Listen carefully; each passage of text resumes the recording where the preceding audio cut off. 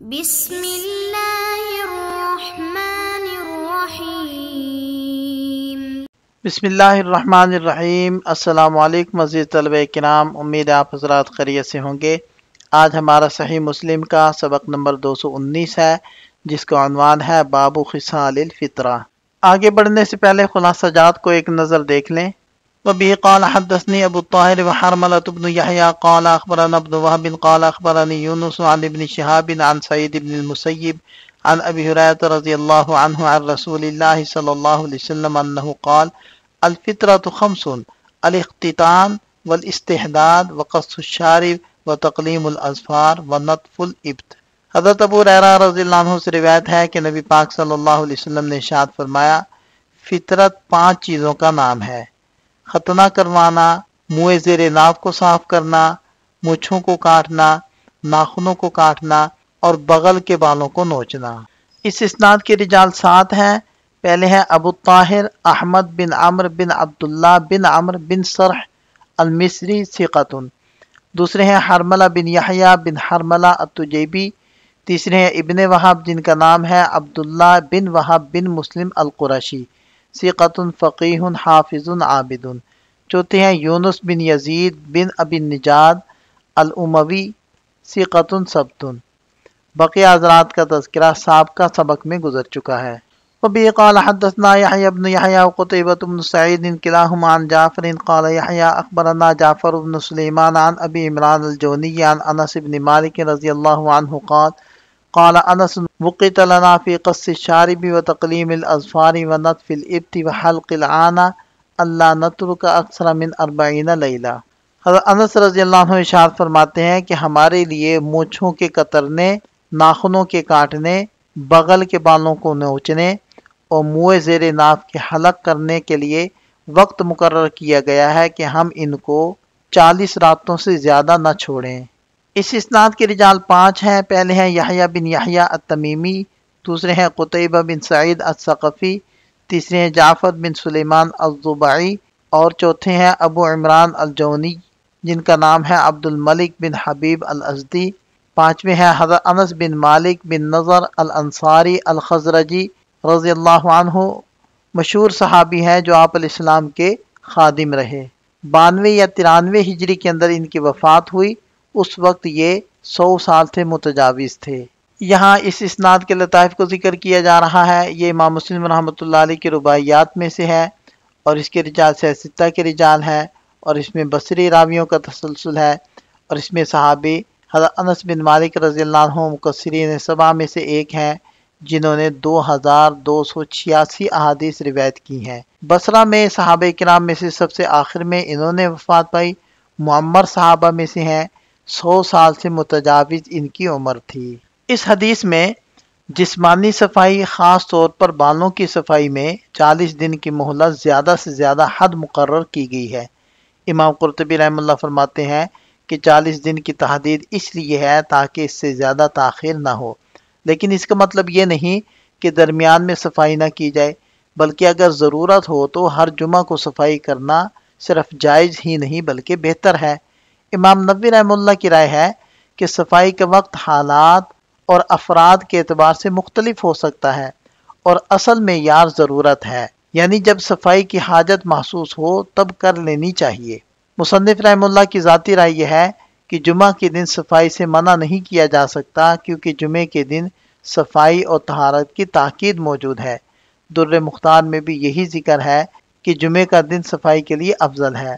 ہر 15 دن میں صفائی کرنا بھی درست ہے، لیکن 40 دن سے زیادہ تاخیر کرنا مکروہ ہے۔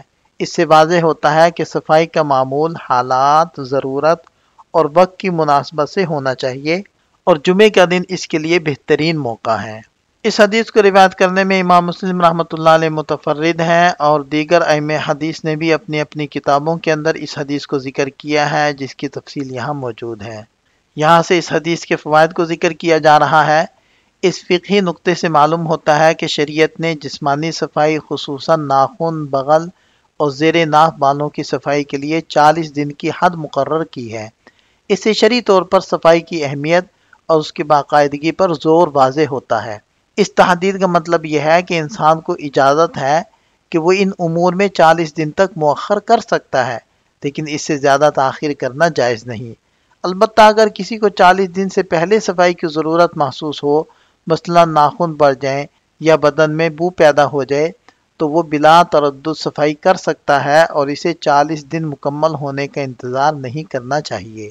یہ مدت اس لیے مقرر کی گئی ہے تاکہ لوگ صفائی میں غفلت نہ کریں، نہ کہ اس لیے کہ صفائی صرف 40 دن کے بعد ہی کی جائے، بلکہ جمعے کے دن صفائی کرنا مستحب ہے، کیونکہ جمعے کا دن طہارت، خوشبو اور صفائی کے لیے خاص طور پر پسندیدہ ہے۔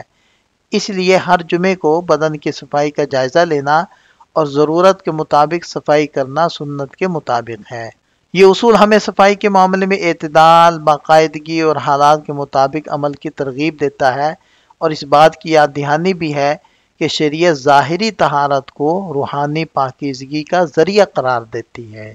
وبه قال حدثنا محمد بن مسنى قال حدثنا يحيى يعني بن سعيد قال وحدثنا ابن نمير قال حدثنا أبي جميعا عن عبيد الله عن نافع عن ابن عمر رضي الله عنهما عن النبي صلى الله عليه وسلم قال احفوا الشوارب واعفوا اللحى۔ حضرت عبداللہ ابن عمر رضی اللہ عنہما سے روایت ہے کہ نبی پاک صلی اللہ علیہ وسلم نے ارشاد فرمایا، مونچھیں کترواؤ، داڑھی بڑھاؤ۔ اس اسناد کے رجال 7 ہیں۔ پہلے ہیں محمد بن مسنہ بن عبید العنزی ثقۃ ثبت، دوسرے ہیں یحییٰ بن سعید بن فروخ القطان، تیسرے ہیں ابن نمیر محمد بن عبداللہ بن نمیر الحمدانی ثقۃ حافظ فاضل، چوتھے ہیں ان کے والد گرامی عبداللہ بن نمیر الحمدانی، پانچویں ہیں عبید اللہ بن عمر بن حفص بن عاصم ثقۃ ثبت، چھٹے ہیں نافع ابن عمر رضی اللہ عنہما کے آزاد کردہ غلام ثقۃ ثبت فقیہ، اور ساتویں ہیں حضرت ابن عمر رضی اللہ عنہما جن کا نام تھا عبداللہ بن عمر بن خطاب العدوی، صحابی ابن صحابی ہیں اور مشہور صحابی ہیں۔ انہوں نے 73 ہجری کے اندر وفات پائی۔ یہ امام مسلم رحمۃ اللہ علیہ کی خماسیات میں سے ہے، اور اس میں ہائے تحویل کا تذکرہ بھی ہے۔ اس کے رجال ستہ کے رجال ہیں، اور اس میں تابعی سے روایت کر رہے ہیں، اور اس میں صحابی عبادلہ اربعہ میں سے ایک ہیں، مکثرین 7 میں سے ایک ہیں، جو حضرات فتویٰ کے ساتھ مشہور ہیں ان میں سے ایک ہیں۔ فقہا نے داڑھی کے معاملے میں مختلف پہلوؤں کو واضح کیا ہے۔ قاضی یاز رحمہ اللہ کے مطابق داڑھی کو مکمل طور پر موڑنا، اس کے کناروں کو کاٹنا یا اسے بہت باریک کر کے ہلکا کر دینا مکروہ ہے۔ البتہ اگر داڑھی بہت زیادہ بڑی ہو جائے تو اس کی لمبائی اور چوڑائی میں مناسب حد تک کمی کرنا مستحسن ہے، لیکن داڑھی کو حد سے زیادہ بڑھا کر شہرت حاصل کرنا یہ بھی ناپسندیدہ ہے، جیسے حد سے زیادہ چھوٹی داڑھی رکھ کر شہرت حاصل کرنا ناپسندیدہ ہے۔ در مختار میں ہے کہ داڑھی کے کناروں کو تھوڑا سا سنوارنا جائز ہے، اور سنت یہ ہے کہ داڑھی کو 1 مٹھی تک رکھا جائے۔ علامہ شامی رحمہ اللہ نے وضاحت کی ہے کہ آدمی اپنی داڑھی کو مٹھی میں لے اور جو بال مٹھی سے باہر ہوں انہیں کاٹ دے۔ امام محمد رحمہ اللہ نے امام ابو حنیفہ رحمہ اللہ سے یہی قول نقل کیا ہے، اور یہی قول قابل عمل ہے۔ النہایہ میں تو یہاں تک ذکر کیا گیا ہے کہ مٹھی سے زائد بال کاٹنا واجب ہے، اور اگر کوئی نہ کاٹے تو گنہگار ہوگا۔ البتہ بعض علماء نے اس وجوب کو وجوب فقہی پر محمول کیا ہے۔ جہاں تک داڑھی کو مٹھی سے کم رکھنا ہے، جیسا کہ بعض مغربی لوگ یا عورتوں کی مشابہت اختیار کرنے والے مرد کرتے ہیں، تو کسی بھی معتبر عالم نے اس کی اجازت نہیں دی۔ پوری داڑھی مونڈ دینا یہودیوں اور مجوسیوں کا عمل ہے، اور ملا علی قاری رحمہ اللہ نے لکھا ہے کہ آج کل یہ عمل بہت سے مشرکین جیسے یورپی اقوام، ہندو اور دین سے بے بہرہ لوگوں کا شعار بن چکا ہے۔ شاہ ولی اللہ دہلوی رحمہ اللہ فرماتے ہیں کہ داڑھی انسان کی بلوغت اور سن شعور کی علامت ہے، جو بچے اور بالغ میں فرق کرتی ہے۔ یہ مردانگی، وجاہت اور مردوں کی مکمل شخصیت کا حسن ہے، اس لیے اس کا بڑھانا ضروری ہے۔ داڑھی کا موڑنا مجوسیوں یعنی آتش پرستوں کی رسم ہے، جو اللہ کی بنائی ہوئی فطری ساخت میں تبدیلی کے مترادف ہے۔ اس عمل سے وہ لوگ جو عزت و وقار اور بڑائی کے دعوے دار ہوتے ہیں، عام لوگوں، بازاری افراد اور بے حیثیت گروہوں کی صف میں شامل ہو جاتے ہیں جو ان کے شایان شان نہیں۔ ایک یہاں نکتہ بھی ہے۔ مشہور نصاب ہشام بن الکلبی ان سے منقول ہے کہ میں نے وہ کچھ یاد کیا جو کسی نے نہ کیا، اور وہ کچھ بھول گیا جو کسی نے نہ بھولا۔ میں نے قرآن 3 دن میں حفظ کر لیا، اور جب داڑھی سے مٹھی بھر زائد بال کاٹنے کا ارادہ کیا تو غلطی سے اوپر سے کاٹ بیٹھا۔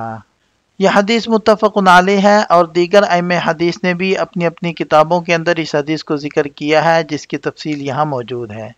وبه قال حدثنا قتيبة بن سعيد عن مالك بن أنس عن أبي بكر بن نافع عن أبيه عن ابن عمر رضي الله عنهما عن النبي صلى الله عليه وسلم أنه أمر بإحفاء الشوارب وإيفاء اللحى۔ حضرت ابن عمر رضی اللہ عنہما سے روایت ہے کہ نبی پاک صلی اللہ علیہ وسلم نے مونچھوں کو کاٹنے کا حکم دیا اور داڑھیوں کو بڑھانے کا۔ اس اسناد کے رجال 5 ہیں۔ پہلے ہیں قتیبہ بن سعید، دوسرے ہیں مالک بن انس، اور تیسرے ہیں ابو بکر بن نافع۔ بقیہ 2 حضرات کا تذکرہ سابقہ سند میں ہو چکا ہے۔ وبه قال حدثنا سهل بن عثمان قال حدثنا يزيد بن زرين عن عمر بن محمد قال حدثنا نافع عن ابن عمر رضي الله عنهما قال قال رسول الله صلى الله عليه وسلم خالف المشركين احفوا الشوارب واوفوا اللحى۔ حضرت عبداللہ ابن عمر رضی اللہ عنہما سے روایت ہے کہ نبی پاک صلی اللہ علیہ وسلم نے ارشاد فرمایا، مجوس کی مخالفت کرو، مونچھیں کترواؤ اور داڑھی بڑھاؤ۔ اس اسناد کے رجال بھی 5 ہیں۔ پہلے ہیں سہل بن عثمان بن فارس الکندی، دوسرے ہیں یزید بن زریع العیشی، تیسرے ہیں عمر بن محمد بن زید بن عبداللہ، اور بقیہ 2 حضرات کا تذکرہ سابقہ سند میں ہو چکا ہے۔ یہاں ہمارا سبق مکمل ہو جاتا ہے۔ ایک نظر خلاصے کو دیکھ لیں۔ اس سبق سے متعلق فوائد اور سوالات کو ہم اگلے سبق کا حصہ بناتے ہیں۔ تو ملتے ہیں نئے سبق کے ساتھ۔ اللہ تعالیٰ ہم سب کا حامی و ناصر ہو۔ دعاؤں میں یاد رکھیے گا۔ السلام علیکم۔